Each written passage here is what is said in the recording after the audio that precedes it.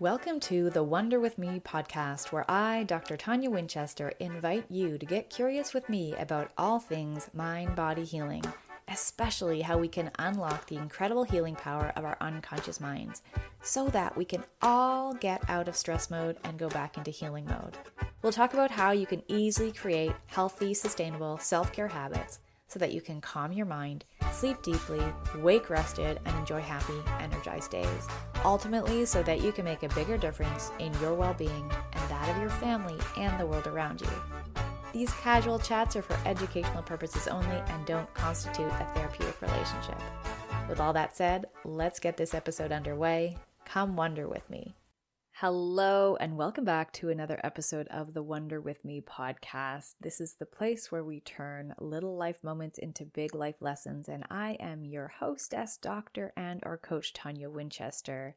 This is episode 56, 4 things you must be willing to do to get anything you want. I've been in the habit-changing business since 2007. At the time of this recording, that's 17 years. Something I realized early on in my career as a naturopathic doctor is that I'm in the business of helping people change their habits.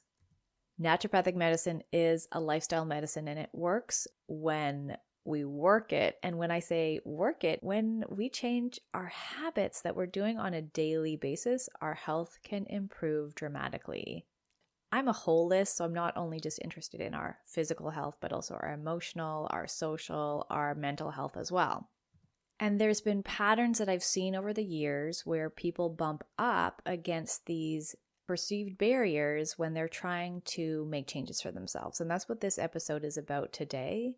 I'm going to share what those patterns are and give you little tips to navigate those places where people can commonly get stuck when it comes to changing the habits. Now, I will say that changing habits is not sexy. Nobody wants to eat more broccoli just for the sake of eating more broccoli. We do these things so that we can get a different outcome, less pain, more mobility, more ease, as examples. So before I get too much into the actual content, I think that's enough of an introduction. So let's get into it. Let's get wondering. First of all, holy bananas, 56 episodes recorded and published between 2023 and 2024. I have a goal to release 24 episodes this season. I've got one more to go, so next episode will be the last one of this season. And then I'll be taking a podcasting break and doing a bunch of other creative endeavors for the next few months. And as I've said on previous episodes, my mom always says, stop, pause, look how far you've come. So I'm just taking a beat here to acknowledge holy bananas, 56 episodes. This is number 23 of season 2. Okay, and we're talking about habits today. Actually, that's great because I have created a habit of podcasting. Wonderful. About you. There's something in your health that you want to be different. There's something in your life, in your relationships that you want to be different. And to make that thing be different, you have to do different so that you can have different. And I'm going to focus on the do today. So this isn't necessarily about identity, although a magical, wonderful book on habit building called Atomic Habits by James Clear, he does talk about identity a lot in that book. I am the type of person who, for example, instead of saying I have a goal to weigh this many pounds, I use weight because it's such a common one in my practice that people are striving towards. Instead of that, it's I'm the type of person who feeds myself, moves my body, hydrates, rests in a way that my body responds by releasing weight and reducing inflammation, or something like that. It's a bit wordy, but that's the idea of it. But today, in this episode, we're speaking about the do. And there's 4 things that I see, as mentioned in the preamble, 4 patterns. Let's just get right into them. Here's thing 1 that you have to be willing to do if you're trying to change any kind of habit to have a result in your life. Again, the habits are the bridge to the change that we want to see. Thing 1 is you have to be willing to care about yourself. Woof, right? Here's what I mean. Here's the thing I see all the time. Meet with a patient for the first visit, go through their health history, put together the plan. They come back to me and they say, I was doing really well, and then I had a really crappy day, or I went to some event, or XYZ, fill in the external circumstance, and I just said, whatever, I don't care, I'm just going to eat the pizza. Or whatever, I don't care, I'm just going to have the pumpkin pie. Or whatever, I don't care, I'm just going to eat all of the Advent chocolates on day one. When people say that, and maybe when you said that, who or what are you not caring about? On the surface level, it sounds like you don't care about the diet. I don't care about the program. I'm just gonna not exercise because I'm feeling lazy, I'm tired, don't want to get sweaty, whatever the excuses are. But here's what you're actually not caring about. You're not caring about you, and you're not caring about your health. So thing one that you have to be willing to do is you have to be willing to care about yourself. I know this seems so simple, but just think about the language of that. I don't care. I'm just going to give up on my walking practice. I don't care. I'm just going to watch one more episode and stay up late. The who and the what you're not caring about is you and your body and your health and whatever other area of life that you're wanting new results in. That's thing one. Thing two that you have to be willing to do is you have to be willing to be uncomfortable. And here's why. Our unconscious minds are programmed to choose the path of least resistance. This means that your system inside you, your healing intelligence within you, is going to choose what is most neurologically practiced. I'm pausing because I want you to take a second to take that in. Your system chooses the thing that it's practiced and habituated over time, first and foremost. Why? Because it is the least energy requiring way to go about things. At any given moment, you have a set of energy reserves, a finite amount of energy that your body has access to, and it's going to, because of that, prioritize what needs to have like a new focused dynamic amount of energy. The things that are habituated don't need any energy or attention.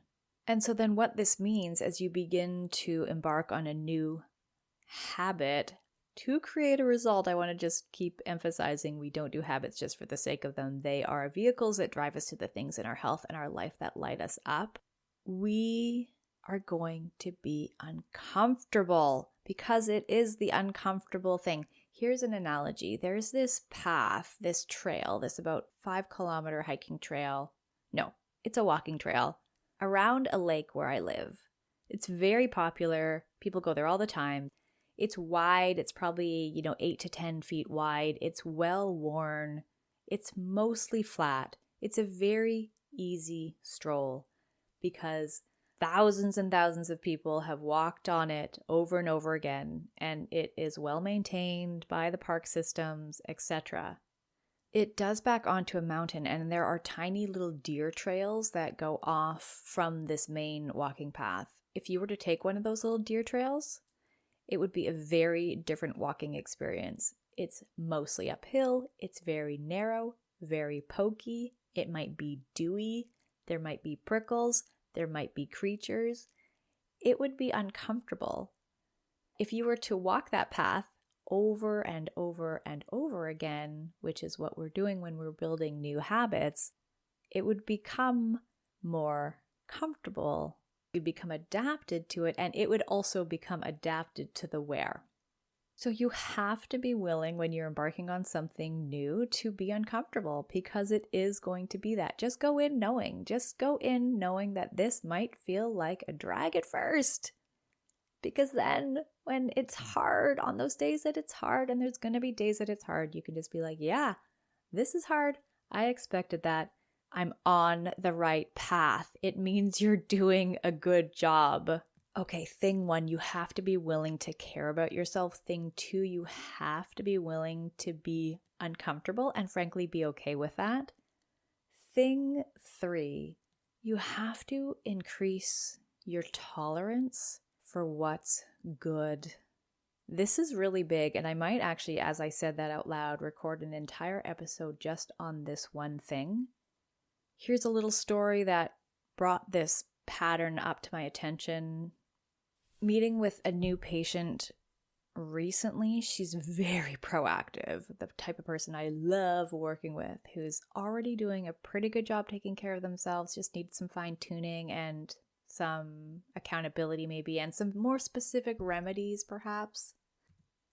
And we were talking about different forms of remedies. And oh, by the way, I use the word remedy, not supplement, because I am offering medicines that do change the physiology in a way that heals and repairs over time versus a supplement that you would need to continue taking because it is a supplement. It's an add-on.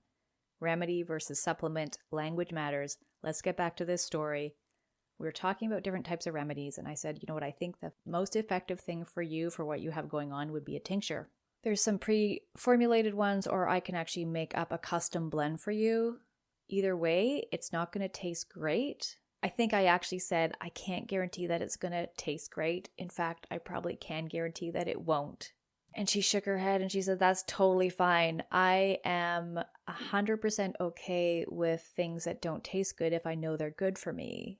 And we had this bonding moment because I was like, me too. I have a really high threshold, a high tolerance for things that taste like garbage if I know that they're going to be helpful to my physiology. Clap, clap, clap, yay, human connection. Love that moment. And the thing is, we have to be able to increase our tolerance for what is good for us. Yeah, this is a big topic. I'm going to leave this bullet point here for now and expand on this in season 3 of the Wonder With Me podcast.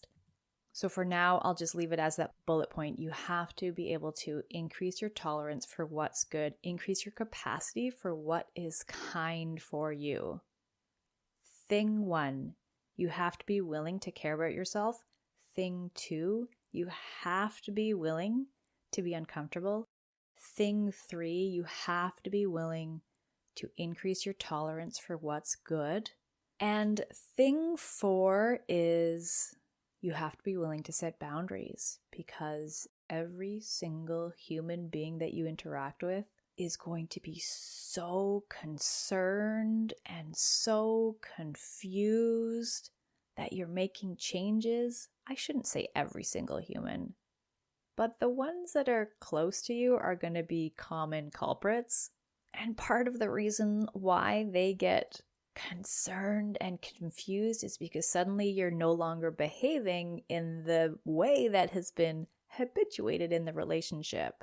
I was recently on a trip spending time with a mentor of mine, and he was really keen to prepare food for me and the person I was there with. And I have food sensitivities and reactivities that I really, really am keen to avoid at all costs because I don't feel good when I eat them. The big players for me, the big 3, rice, potatoes, tomatoes.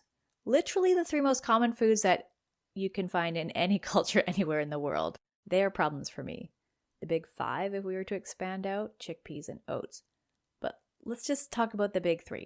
I bring my food with me most places I go, including this 5-day trip out of the country. It was a road trip, so we smuggled in some salads, etc., and soups, homemade soups, and noodles. I declined with thanks these offerings from this mentor of mine, not because I wasn't grateful that he was willing to do that, and not because I wasn't honored to be there, but because I am choosing to honor my own well-being. And that is my top value, is health. So I set boundaries. I say, no, thank you. I've got some food that I'll eat, actually. And I don't know the number of times over the 5 days that we were there that he said, oh, today I'm making, this dish with rice and tomatoes, and I'm not trying to kill you, I promise. And again, I'm good. Please don't worry about me. I'm happy. I'm not here because of the food. I'm here because of this experience and this relationship. I am good. I find that for most patients, this pattern of having to defend themselves to the people that they care about, the people that care about them when they're making these types of lifestyle changes, is really tiring. And I have actually a series of scripts that I wrote in a blog post a number of years ago that I will link into this post, because there's some great ways of communicating the whys and the hows and the bids for support and help. And they're super easy to follow along with. So I'm going to link that up. And this can circle back into the first thing. If there's pressure socially to eat a certain way, to behave a certain way, that's when I see people go, whatever, I don't care. I'm just going to finish off the bottle of wine. So you have to be able to set boundaries. Again, there's going to be a script linked into this episode. Here are the 4 things in review. Thing 1, you have to be willing to care about yourself. Thing 2, you have to be willing to be uncomfortable. Thing 3, you have to be willing to increase your tolerance for what's good. And 4, you have to be willing to set boundaries. When you are embarking on a new habit to get a new result, again, habits get us what we want. If you don't have these 4 things, then maybe the thing isn't valuable enough for you to pursue. And that's only up to you. I can't decide that for you. No one can decide that for you. But if you go through this checklist, am I willing to 1, 2, 3, 4, all the things we've covered in this episode? If you're not willing to do those 4 things, any of them, then just don't do the habit, because you're just going to be setting yourself up for disappointment. And then I would question, okay, well, what is the more important value here? Maybe health isn't the most important value there, but, finding connection and finding camaraderie and finding shared experiences is a higher value. And then maybe that's something that you bring into question. Well, why is it that that's more important than my own well-being? Those are the 4 common patterns I see when it comes to people, again, changing their lifestyle habits. And if you're having problems with any of those patterns, I can help. I've got great tools from a mind-body medicine perspective that will shift some of these underlying reasons why you may not be willing to look at those things, why you may not be able to actually put them into practice. I love doing this type of work where I facilitate change from the inside out, changing our neurology so that we're primed to be willing to do these 4 things and successfully create new habits that enable us to reach our goals. I love it. And I love that I have also all of this information about what a good healthy habit is. In combination, it is a winner. Please reach out if you need help. ToniaWinchester.com. A couple places to start. 2 books, Break Through the Insomnia Cycle. 2, Thinking Kindly. This is the mental game and habits that we can start to build inside ourselves that are helpful and productive. I've also got an audio that is free, and you can download it from ToniaWinchester.com, and it is a little hypnosis audio that invites you to put down and relinquish some of the old, stuck emotional patterns that might be keeping you from building some really positive, healthy habits. So thank you so much for being here. Thank you for listening. Thank you for getting curious about yourself, about your health, your life. I will catch you next time in the next episode of the Wonder With Me podcast, the final one of season 2. And in the meantime, may you choose to make all of your dreams come true. Hey, thanks for wondering with me today. If you've got something good out of this, then please forward this episode along to the people who you know could benefit. Be sure to subscribe, and if you're really keen, you leaving us a rating and review helps us to help more people, so thank you in advance for that.